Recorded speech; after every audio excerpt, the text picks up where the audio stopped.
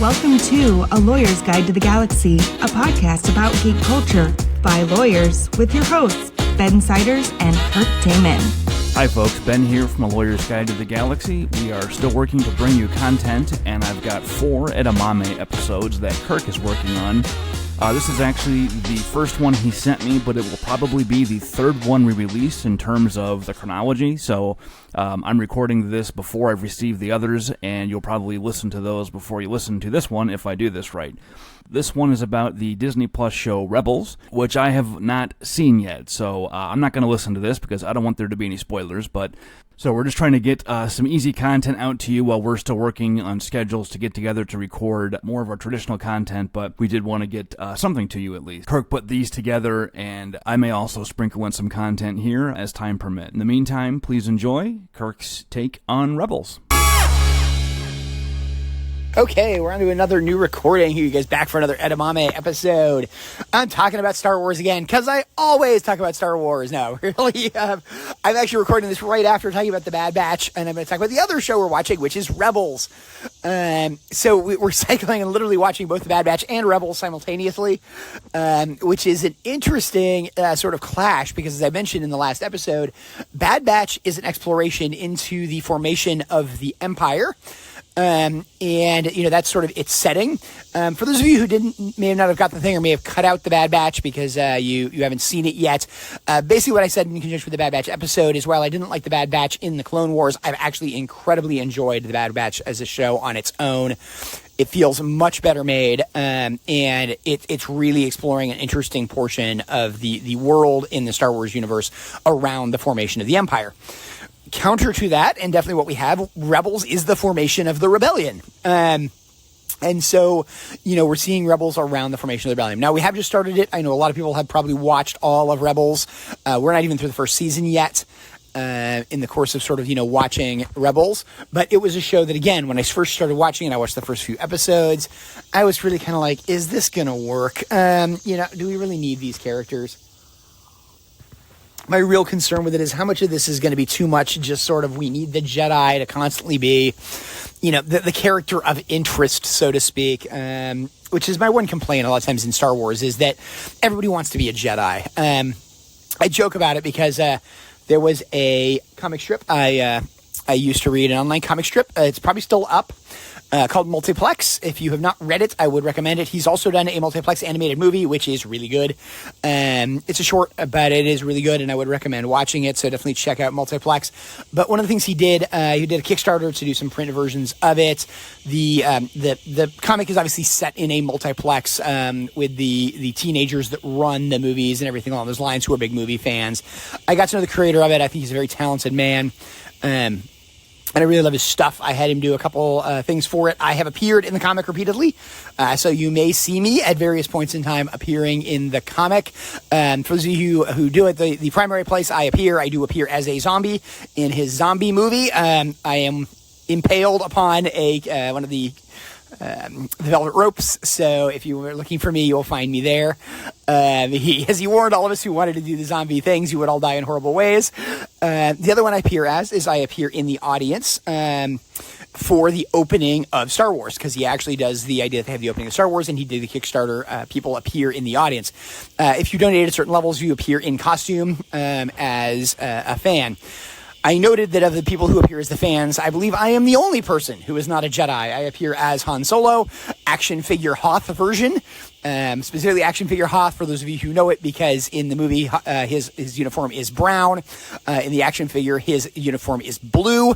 I purposely wanted the blue uniform action figure Hoth, Hoth Han Solo as the action figure was one of my favorite action figures as a kid. I actually had 3 of them. That's part of the reason I liked it. I just happened to keep acquiring them, not necessarily intentionally. But I wanted to appear as that action figure just for that reason. But it stunned me when I saw it that I was essentially the only people that did not appear as a Jedi. And I think that says a little bit about the Star Wars universe and the fact that, unfortunately, the Star Wars universe, everybody sort of associates with the Jedi. They don't necessarily associate with the other characters, which I think is a bit unfortunate because a lot of the other characters are very interesting characters. You know, Han Solo is a great character. Princess Leia is a great character. Lando Calrissian is a great character. And, you know, we don't necessarily have to have the Jedis be the sole focus of everything. I think it's the same way as a lot of the fans, as people have commented about, love General Tarkin. You know, even in some sense more so than Vader, particularly as their appearance in the A New Hope. But it's one of those things where I think we need to get away from Jedi a little bit, and that was my immediate take in conjunction with Rebels is, do we really have to have another focus on Jedi, another master and apprentice, another sort of coming-of-age learning story, really? Yeah, and that was my take when it started off. I am actually really enjoying Rebels, and I'm surprised at how much I'm enjoying Rebels. Again, what I'm enjoying about it is seeing a bit of the formation of the Empire. At this point in time, obviously, the Empire is pretty well established because we have this being the formation of the Rebellion. But the idea of where is the Rebellion coming from, what causes it, and it feeling like a true grassroots movement, which is kind of neat in the way it's done. The other thing I like about the way they've done Rebels is the Rebellion is dangerous. Like, they make it very clear that it is dangerous to be part of the Rebellion and to be sort of this beginning part of the Rebellion. And the Empire is powerful. That's one of the things I think they've done that's just sort of a really cool setup. With it, I like the idea of the introduction of the Inquisitor, or Inquisitors, I should probably more accurately say, with the idea that there are these, members of the Empire that Darth Vader has created who aren't really Sith, not necessarily apprentices, but are designed to hunt Jedi and behave in many respects like Sith. But I like the idea of the power dynamic there, of like Vader doesn't necessarily want an apprentice. It's more the idea that he wants, these tools that he can use to his disposal. And obviously part of the reason Vader wouldn't want an apprentice is, there can only be two Sith. And the Emperor is obviously, his master. And so he can't necessarily have an apprentice. But yeah, I think it's one of those things that has been, it does a very good job, in its methodology of introduction. I have enjoyed Rebels, and it surprised me how much I've liked the characters. I was a little worried as to where the characters going to clash with what we've seen from sort of later presentations of them. Obviously one of the people we've seen it is a Mandalorian, but she doesn't seem to necessarily clash with what we've seen in conjunction with a future Mandalorians, like in The Mandalorian, and even the stuff in Clone Wars, which obviously came before, Rebels in the time that it was made. But at the same time, she's not a stereotypical Mandalorian. It's clear she's kind of a bit of a rebel, pardon the pun, and one of those things with it. But I have really enjoyed watching Rebels, and it's surprised me. About the only thing I can say I don't particularly like about Rebels is that the animation style is not quite my thing. I've enjoyed some of the other animation a little bit more in some of the animation styles, and I don't know exactly what it is. I think it's brighter. I think that's the thing with it. And to me, it's Star Wars is a little bit more of a grimdark universe. It's not Blade Runner by any stretch of the imagination, but I think it does have a bit of that, sort of. It definitely has a Western feel, which has a gritty, dusty type of feel. I think they have done an incredibly good job of preserving that in The Mandalorian. I think they've done a great job of preserving that in The Bad Batch, which we talked about earlier. This, to me, Rebels seems a little too bright. I mean, Clone Wars was also bright, but Clone Wars was sort of at a happy point in the Republic, so to speak. So I think we've definitely seen some stuff there that is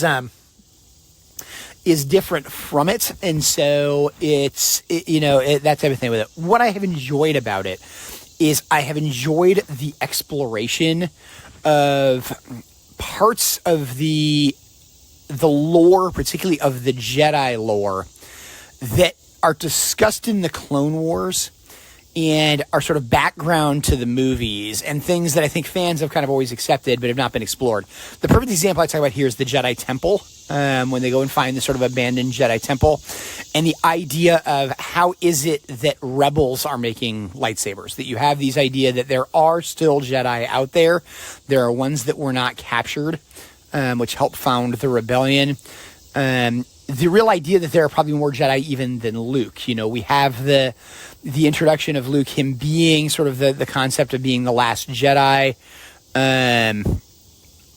in Star Wars, and that kind of being the thing that he is the sort of last person. He's just in some sense, you're getting the person, he's just the most important. because of who he is, whereas there are more, at least at the beginning of the rebellion. There are probably more during the original trilogy arc. You get the impression there may be more Jedi out there that are kind of fighting private battles, maybe their own things.